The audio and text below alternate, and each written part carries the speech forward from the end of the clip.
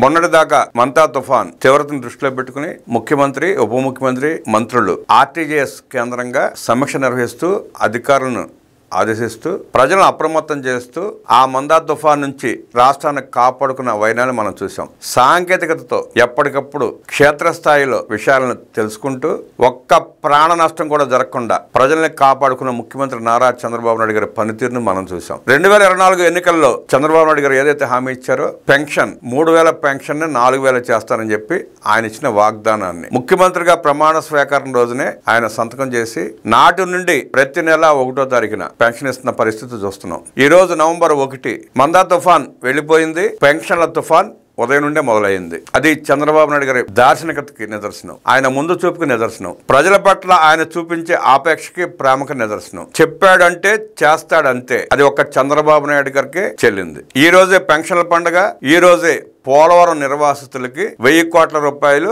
వారి bank account లో జమ చేసే కార్యక్రమం కూడా నేడే జరుగుతూ ఉంది. గత వారం 10 రోజుల నుంచి తుఫాను వల్ల రాష్ట్ర యంత్రాంగం మొత్తం ప్రజల సేవల తలమునకలైనా నిన్న ఒక్కరోజు విరామం తీసుకుని మళ్లీ నేడు పెన్షన్ల పంపిణీ కార్యక్రమం చేపడుతున్నారు అధికారులు, సిబ్బంది. అలాగే పోలవరం నిర్వాసితులకి 1000 కోట్ల రూపాయలు జమ చేసే కార్యక్రమంలో మంత్రులు నిమగ్నమయ్యారు. అది పాలన తీరంటే, అది పాలకుడి ముందు చూపంటే. రాష్ట్రం మీద, ప్రజల మీద మమకారం, అభిమానం, ప్రేమ ఉంటే జరిగే పనులు ఇలాగే ఉంటాయి. దోపిడీ విధానంగా పెట్టుకుంటే, దోచుకోవడమే మార్గంగా ఎంచుకుంటే, దోచుకోవడానికే రాజకీయాల్లోకి వచ్చి ప్రజలు నమ్మించి మోసం చేసి దోచుకున్న రాజకీయ నాయకుడు తీరు ఎలా ఉంటుందో నిన్న ప్రత్యక్షం మనం చూసాం. తుఫాన్ తీరం దాటి వెళ్లిపోయిన 24 గంటల తర్వాత ఎందుకు వచ్చాడు జగన్మోహన్ రెడ్డి. ఆ ఉండవల్లి ప్యాలెస్ దాటి గడప దాటి బయటికి రాలా. దగ్గరలో ఉన్న బందర్ను గాని బాపట్లను గాని వెళ్లి ఆ ప్రజల్ని పరామర్శించిన పరిస్థితి కనపడలా. ప్యాలెస్ లో కూర్చుని జూమ్ కాల్ మాట్లాడుకుంటా ఏం మాట్లాడాడో తెలియదు. ఆ జూమ్ కాల్ లో ఉన్న నాయకులతో ఏం మాట్లాడాడో ఎవరికి తెలియదు, ప్రపంచానికి తెలియదు. ఆయనకన్నా తెలుసో లేదో మనకు తెలియదు. వచ్చాడు, జూమ్ కాల్ మాట్లాడాడు, నిన్న ప్యాకప్ అన్నాడు, యలహంక ప్యాలెస్ కి పారిపోయాడు. సిద్ధడు అద్దంకి పోయాడు, వచ్చాడు అన్న రీతిన జగన్మోహన్ రెడ్డి యలహంక నుంచి ఉండవల్లి వచ్చాడు, ఉండవల్లి నుంచి యలహంక పారిపోయాడు. ప్రజల్లో జరుగుతున్న చర్చ ఏంటంటే త్వరలోనే సిట్ విచారణ చేపట్టబోతా ఉంది, నోటీసులు ఇవ్వబోతా ఉంది. ప్యాలెస్ లో తనిఖీలు జరుగుతాయి కాబట్టి అక్కడ ఉన్న డాక్యుమెంట్లు, కొన్ని విలువైన వస్తువులు తీసుకువెళ్లిపోవడానికి మాత్రమే జగన్మోహన్ రెడ్డి ఉండవల్లి ప్యాలెస్ కు వచ్చి కంటి తుడుపు చర్యగా 10 మందిని వేసుకుని జూమ్ కాల్ మాట్లాడుకుని సర్దుకుని పారిపోయాడని చెప్పి ప్రచారం జరుగుతూ ఉంది. ఉండవల్లి ప్యాలెస్ లో ఆ డాక్యుమెంట్లు, ఆ విలువైన వస్తువులు ఉంటే సీజ్ చేస్తారన్న భయంతో మాత్రమే జగన్మోహన్ రెడ్డి ఉండవల్లి వచ్చి అవన్నీ సర్దుకుని నిన్న తిరిగి టపాలు వెళ్ళిపోయాడని చెప్పి ప్రజల్లో విస్తృతమైన చర్చ జరుగుతా ఉంది. నిజమై ఉండొచ్చు, ఏదైనా అయి ఉండొచ్చు. మందా తుఫాన్ తో రైతులు నష్టపోకుండా యుద్ధ ప్రాతిపదికన చర్యలు చేపట్టి రైతులకు ఇబ్బంది లేకుండా ఏ ప్రాంతంలో నీరు నిలబడిందో చూసి ఆ నీటిని మళ్లించే కార్యక్రమం చేపట్టినట్టు అధికారులకు దిశానిర్దేశం చేశారు ముఖ్యమంత్రి నారా చంద్రబాబు నాయుడు. నియోజకవర్గాల వారిగా శాటిలైట్ చిత్రాలు రిలీజ్ చేసి ఎక్కడైతే నీరు నిలిచిందో ఆ చిత్రాలను స్థానిక ఎమ్మెల్యేలకు పంపించి వారి ద్వారా, అధికారుల ద్వారా క్షేత్రస్థాయికి వెళ్లి ఆ నీటిని మురుకాలలోకి మళ్లించే ఏర్పాట్లు చేసి రైతులకు ఇబ్బంది లేకుండా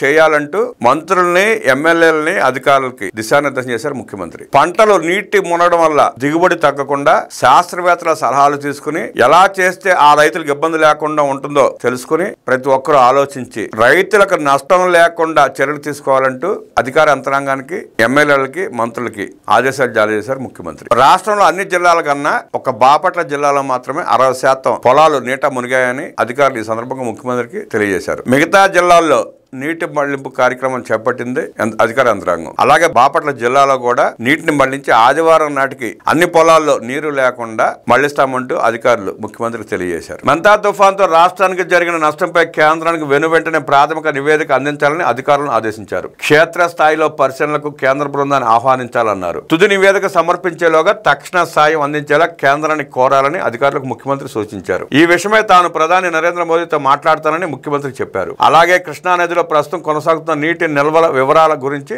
ముఖ్యమంత్రి అధికారులను అడిగి తెలుసుకున్నారు. అయితే కృష్ణాలో వరద ఉధృతి తగ్గిందని ఈ సందర్భంగా అధికారులు వెల్లడించారు. అలాగే మంతా తుఫాన్ రక్షణ చర్యల్లో అత్యుత్తమంగా పనిచేసిన వారిని సన్మానించాలని ముఖ్యమంత్రి అధికారులకు నిర్దేశించారు. శనివారం ఉదయం 10 గంటలకి సుమారుగా మంతా తుఫాన్ సందర్భంగా కష్టపడ్డ 100 మందిని గౌరవించి సత్కరించాలని చంద్రబాబు నాయుడు గారు అధికారులకు దిశానిర్దేశం చేశారు. Real time monitoring, real time solution. ప్రకృతి విపత్తులను ఎదుర్కోవడంలో ముఖ్యమంత్రి నారా చంద్రబాబు నాయుడు గారికి అనుభవం ఉంది. తుఫాన్ హెచ్చరికలు వచ్చినప్పటి నుండి తుఫాన్ గమనాన్ని గమనించడం, ఆ మేరకు ప్రభుత్వ యంత్రాంగాన్ని పరుగులు పెట్టించడం, ప్రజలకు ఇబ్బందులు రాకుండా చూసుకోవడం అనే అంశాలను ముఖ్యమంత్రి చంద్రబాబు నాయుడు ఎప్పుడు సాధారణంగా చేస్తూనే ఉంటారు. అయితే తుఫాన్ విషయంలో ముఖ్యమంత్రి చంద్రబాబు నాయుడు గారు కొంచెం భిన్నంగా వ్యవహరించారు. రాత్రింబవళ్ళు పర్యవేక్షిస్తూనే టెక్నాలజీని పూర్తి స్థాయిలో వినియోగించారు ముఖ్యమంత్రి చంద్రబాబు. ఆర్టీజీఎస్ కేంద్రం నుంచి రియల్ టైం డేటాను అప్డేట్ చేసుకుంటూ వచ్చిన సమాచారాన్ని విశ్లేషించుకుంటూ రియల్ టైంలోనే సమస్యలను పరిష్కరించేలా పనిచేశారు. Data driven disaster management model ఆవిష్కరించారు. ఇంటిగ్రేటెడ్ ప్లానింగ్ టెక్నాలజీని అనుసంధానించి రియల్ టైంలో సమన్వయం చేసుకోవడం, నిర్ణయాలు తీసుకోవడం, అవి అమలయ్యేలా చూసుకోవడంలో ఈ మోడల్ సక్సెస్ సాధించింది. సాంప్రదాయ పద్ధతులను అనుసరించడంతో పాటు వివిధ శాఖల నుంచి ఆర్టీజీఎస్ సెంటర్కు వచ్చిన సమాచారాన్ని అనుసంధానించి అవేర్ 2.0 వ్యవస్థ ద్వారా తుఫాన్ ప్రభావిత జిల్లాల్లో సహాయక చర్యలు తీసుకోవడంతో పాటు ప్రాణ ఆస్తి నష్టాన్ని తగ్గించగలిగింది ప్రభుత్వం. టెక్నాలజీ ద్వారా తుఫాన్ సహాయక చర్యలను ఏ విధంగా మానిటర్ చేశారనే వివరాలను ఐటీ సెక్రటరీ కాటమనేని భాస్కర్ మీడియాకు వివరించారు. సీఎం చంద్రబాబు తుఫాన్ హెచ్చరికలు వచ్చినప్పటి నుంచి 9 సార్లు టెలికాన్ఫరెన్స్లు ఆర్టీజీఎస్ సెంటర్ నుంచి నిరంతరం సమీక్షా సమావేశాలు చేపట్టారు. అలాగే వివిధ విభాగాలు క్షేత్రస్థాయి అధికారులతో నిరంతరం టచ్లో ఉన్నారు. ఆర్టీజీఎస్ కంట్రోల్ రూమ్ నుంచి వచ్చిన లైవ్ డేటాతో అవసరమైన ప్రాంతాలకు సహాయక చర్యలు అందించేలా ప్రణాళికలు సిద్ధం చేసి అమలు చేసేలా ప్రభుత్వం టెక్నాలజీని పూర్తి స్థాయిలో వినియోగించింది. అవసరమైన చోట యంత్ర పరికరాలను, మానవ వనరులను సమర్థంగా కేటాయించడంలోనూ టెక్నాలజీనే సాయపడింది. అవేర్ 2.0 వ్యవస్థకు స్టేట్ డేటా లేక్ ద్వారా అన్ని విభాగాలను అనుసంధానం చేశారు. దీని ద్వారా రియల్ టైంలో నిర్ణయాలు తీసుకోవడానికి వీలు ఉంటుంది. వర్షపాతం, గాలి, పిడుగుల వంటి వాటిపై హెచ్చరికలు చేసేలా అవేర్ 2.0 వ్యవస్థ పనిచేస్తోంది. ఈ వ్యవస్థ ద్వారా విపత్తు నిర్వహణను సమర్థవంతంగా చేపట్టవచ్చు. అలాగే రిజర్వాయర్ స్థాయిలు, ఇన్ఫ్లోలు, భూగర్భ జలాలు, చెరువులకు సంబంధించిన రియల్ టైం డేటా అందుబాటులో ఉంటుంది. దీంతో శాటిలైట్ ద్వారా వివిధ ప్రమాదాలకు సంబంధించిన హెచ్చరికలు జారీ చేసే అవకాశం ఉంది. అవేర్ 2.0 వ్యవస్థ ద్వారా వచ్చే సమాచారాన్ని క్రోడీకరించుకుని ఏఏ ద్వారా విశ్లేషించి తుఫాన్ కదలికలను ఖచ్చితంగా తెలుసుకోగలిగింది రాష్ట్ర ప్రభుత్వం. తద్వారా సహాయక చర్యలను వేగంగా చేపట్టింది. రాష్ట్ర ప్రభుత్వం ఏర్పాటు చేసుకున్న వ్యవస్థ ద్వారా 72 గంటల ముందే తుఫాన్ కదలికల్లో వచ్చిన మార్పులను గుర్తించగలిగారు. దీనికి అనుగుణంగా చర్యలు తీసుకోగలిగారు. అలాగే ఆయా ప్రాంతాల్లోని ప్రజలను అలర్ట్ చేయగలిగారు. గాలుల వేగాన్ని అంచనా విషయంలో ఖచ్చితమైన సమాచారం రావడంతో ఆయా ప్రాంతాల్లో ముందస్తుగానే చర్యలు తీసుకోవడానికి ఆస్కారం లభించింది. దీని ద్వారా ప్రాణ నష్టం, ఆస్తి నష్టాన్ని తగ్గించగలిగింది ప్రభుత్వం.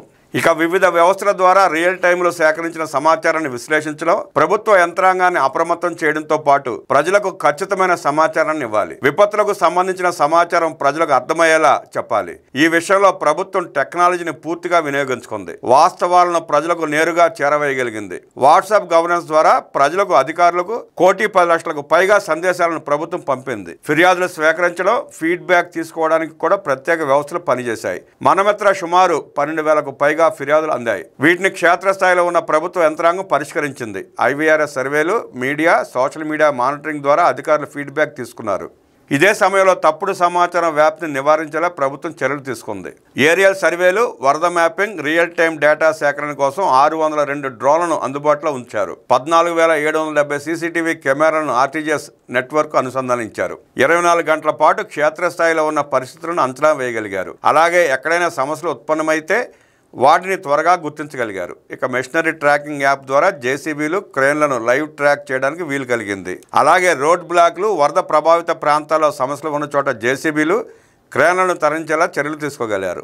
ఇక అన్ని విభాగాల నుంచి వచ్చిన లైవ్ డేటాను అనుసంధానిస్తూ సైక్లోన్ మానిటరింగ్ డాష్బోర్డ్ ఏర్పాటు చేశారు. ఇంటిగ్రేటెడ్ జీఐఎస్ మ్యాపింగ్ ద్వారా రోడ్లు, ఆసుపత్రులు, సహాయక కేంద్రాలు, కీలకమైన మౌలిక సదుపాయాలు ఎక్కడున్నాయనే సమాచారాన్ని సేకరించగలిగారు. 5,803 గ్రామ వార్డు స్థాయిలో కూడా కమాండ్ సెంటర్ని ప్రభుత్వం ఏర్పాటు చేసుకోగలిగింది. క్షేత్రస్థాయి సిబ్బంది ద్వారా 2 కోట్లకు పైగా ప్రజలకు సేవలు అందించే ఏర్పాట్లను ముందుగా చేసుకోగలిగింది. ఈ క్షేత్రస్థాయి వ్యవస్థ ద్వారా బ్యాకప్ పవర్, సహాయక సామాగ్రిని ఆయా కేంద్రాల్లో ముందుగానే ఉంచారు. ముఖ్యంగా 1,742 మంది గర్భిణులను సురక్షితంగా ఆసుపత్రులకు తరలించడంలో గ్రౌండ్ లెవెల్ నెట్వర్క్ బాగా ఉపయోగపడింది. తుఫాన్ సమయంలో అంతర్ ఏజెన్సీ సమన్వయాన్ని బలోపేతం చేస్తూ ఒక బలమైన కమ్యూనికేషన్ నెట్వర్క్ కొనసాగింది. 2,973 పోర్టబుల్ వైర్లెస్ సెట్లు, డీజీ సెట్లు, మౌంటెడ్ రేడియోలతో ఆర్టీజీ సెంటర్ నిరంతరం సమన్వయం చేసుకుంటూ ఉంది. Army, navy, air force, IMD, NDMA, ఎంహెచ్ఏలతో నిరంతరం కోఆర్డినేట్ చేసుకుంటూ ఆర్టీజీఎస్ సహా ఇతర విభాగాలు పనిచేశాయి. ఎన్డీఆర్ఎఫ్ బృందాలు నెల్లూరులోని సంగం బ్యారేజ్ సమీపంలో చిక్కున్న పడవను చాకచక్యంగా లాగడం వంటి క్లిష్టమైన రెస్క్యూ మిషన్లు చేపట్టాయి. భారతదేశంలో మొట్టమొదటిదైన NDMA cell broadcast vibrational alert సేవను మన రాష్ట్రం వినియోగించుకుంది. ఎనర్జీ డిపార్ట్మెంట్ ఫీడర్లు సబ్స్టేషన్లను రియల్ టైంలో పర్యవేక్షణ చేశాయి. శాటిలైట్ చిత్రాల సాయంతో ముంపు నివారణకు చర్యలు తీసుకున్నారు. ఈ విధంగా పూర్తి స్థాయి సాంకేతికతతో ప్రభుత్వ తుఫాన్ సహాయక చర్యలు చేపట్టింది. భవిష్యత్తులో ఎలాంటి ప్రకృతి విపత్తులు సంభవించినా ప్రస్తుతం ఏర్పాటు చేసిన వ్యవస్థల ద్వారా నష్ట నివారణ చర్యలు చేపట్టడానికి రోడ్ మ్యాప్ సిద్ధమైంది.